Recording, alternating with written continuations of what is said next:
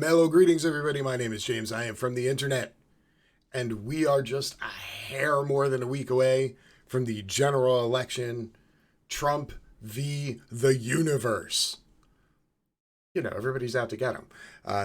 And I thought, since Trump keeps bringing it up, we should actually talk about voter fraud.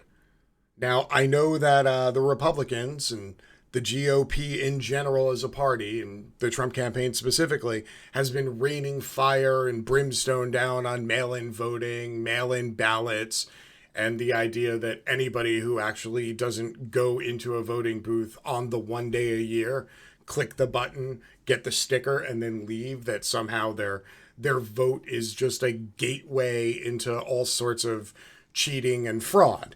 And as it has been statistically proven time and time again, the rate of voter fraud by voters is about yay big. It's like, I don't know, 0.001% of all votes are fraudulent votes. You know, oh, they're going to get 18 million immigrants to vote. Oh, they're just going to be robo-signing fucking mail-in ballots. Like, none of that's a thing, but they keep screaming about it anyway. However, voter fraud is real, and it's perpetuated by members of the government who don't want people voting in their specific districts, their specific states, or at some point even federally in the entire country. There are just people whose re-election campaigns are best served by low voter turnout. If you have any questions, please see the 27 voting districts across 7 Rust Belt states back in 2016, where the Trump campaign drove down voter turnout. And that's how they won, even though they lost by 3.5 million votes. But I digress. Let's talk about actual voter fraud. Now, it comes in many forms. I'm going to show you a couple of them, and then we're going to talk about what's going on and what the projections look like for the next week moving into the election. Voter fraud, many different forms. For example, Texas Supreme Court temporarily reinstates government's ban on additional ballot drop boxes in the state. Yes, there are districts in Texas that are now turning blue. It has to do with the fact that a lot of oil and gas people circulate jobs.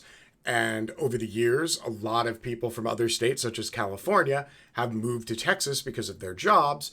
Additionally, any place where you have a university, it's normally a district that goes blue. Texas for eternity was like Austin was blue and the rest of the state was red.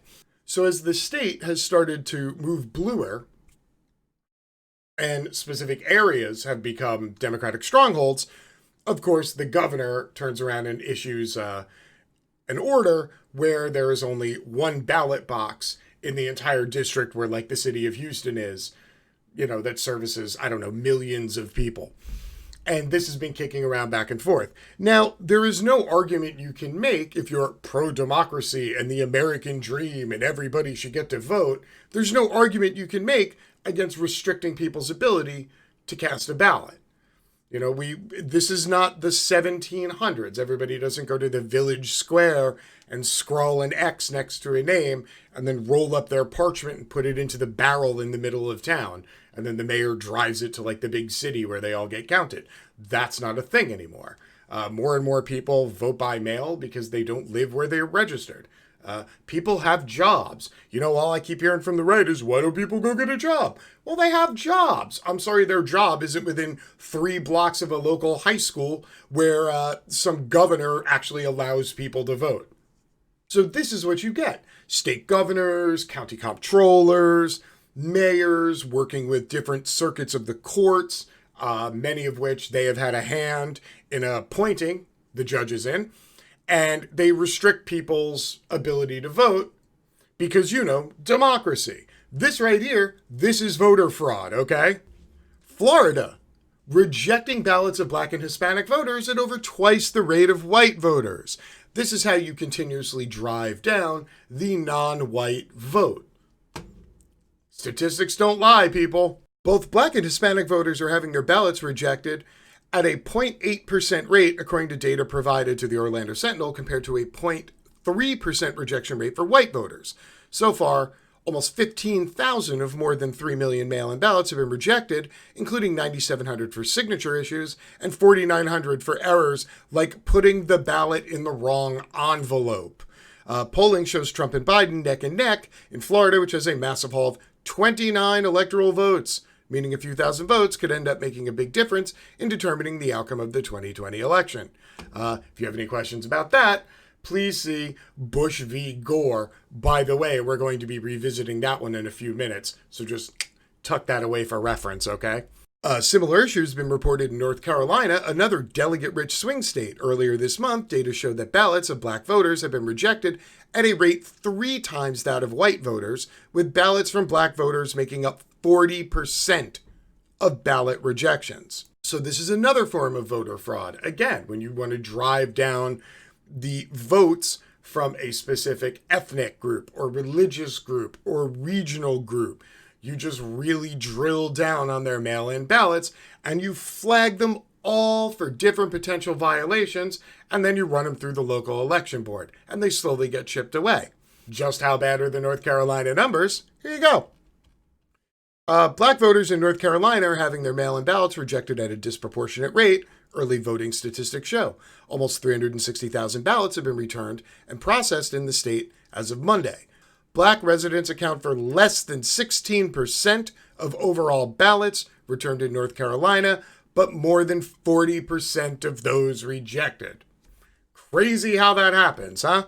Black people make up only 22% of North Carolina's population, while white people account for more than 70%, according to U.S. Census figures, yet their mail-in ballots are being rejected at an equivalent rate and ratio. Again, crazy how that happens, huh?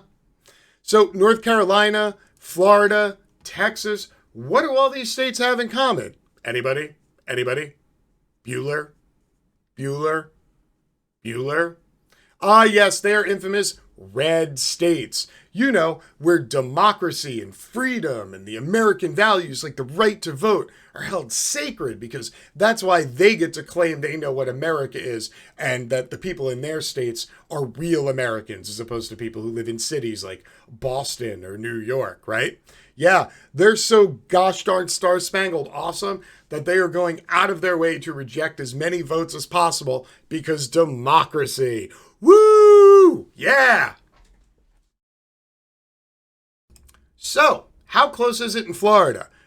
This is the compressed Real Clear Politics RCP polling for the state of Florida. You will note that back in August, Joe Biden was leading Trump by almost 8 points in the polls. That has now been shaved to 1.5 points. Also, what we refer to as within the margin of error. And this shows how with a few thousand votes in a district here and a few thousand votes there, how quickly you can flip a state.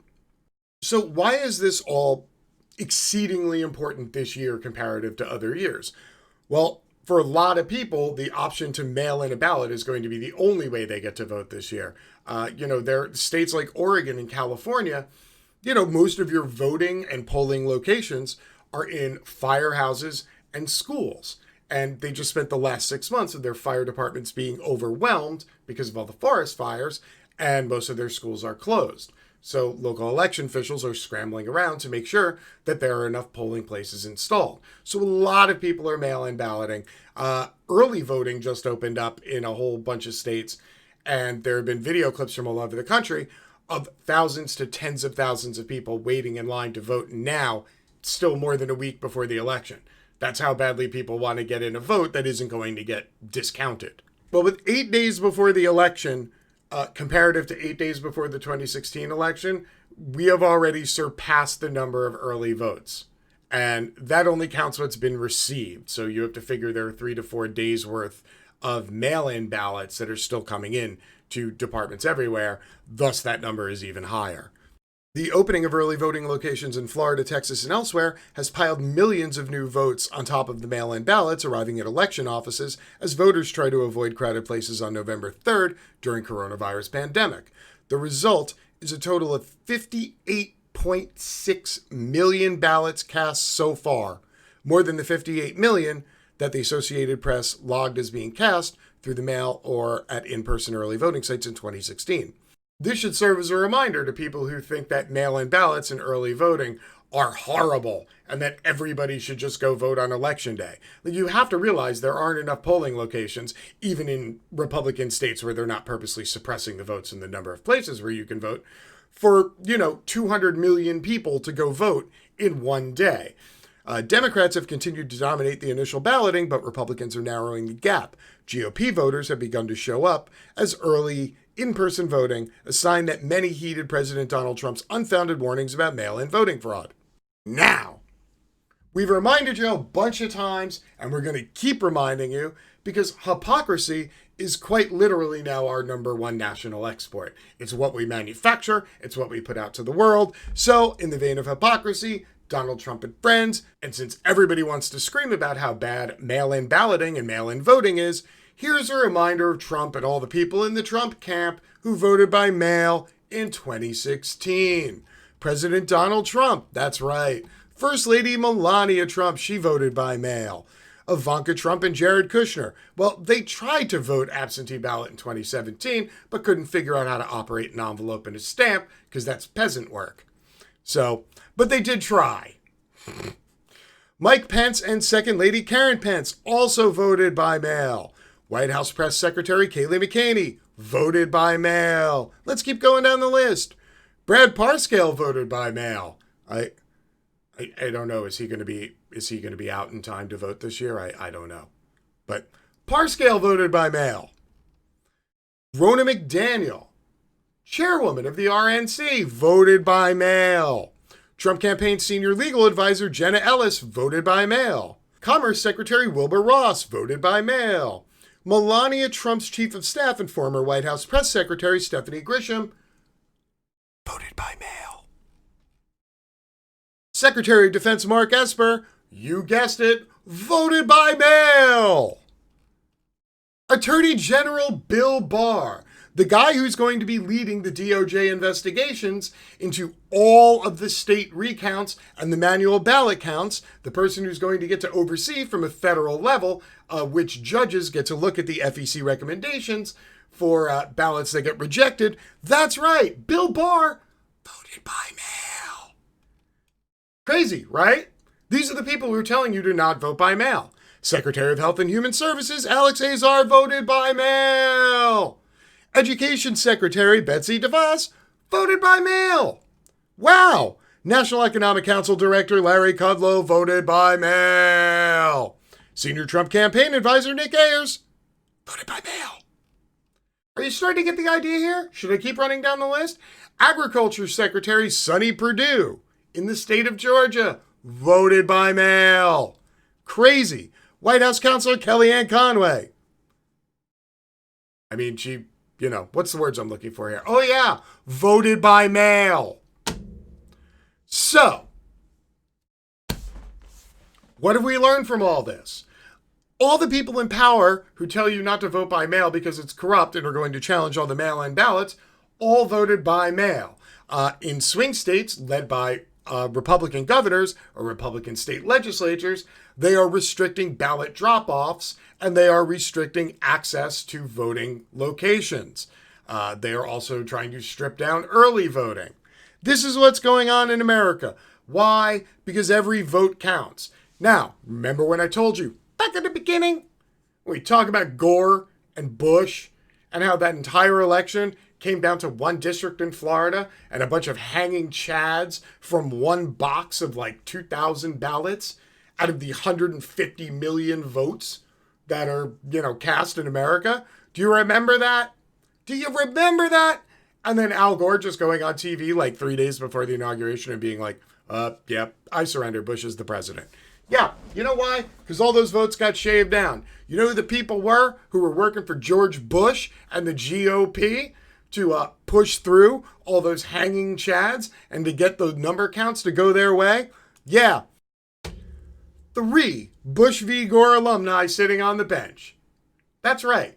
The Supreme Court, home of John Roberts, who was part of the Bush legal team, Brett Kavanaugh, part of the Bush legal team, and oh, that's right. Today, Amy Coney Barrett is going to get her nomination officially pushed through. Guess what? She also had a hand in the Florida recount too. 3 Supreme Court justices, all who had a hand in manually picking the president in '04 and swung it to the favor of the GOP and Bush. Yeah, they're going to be the people who are the ultimate deciders. The only way that you can avoid this from happening is this massive crush of voters who are coming out now to vote early. They have to keep going to the polls until they get their vote cast. You need record voter turnout, and you need it every single day for the next 8 days. Biden needs to have a huge lead in those swing states before we go into the 2 months of legal wrangling that will ultimately decide who is going to be the next president of the United States of America. 8 days left, people. Keep your eye on the prize. Peace.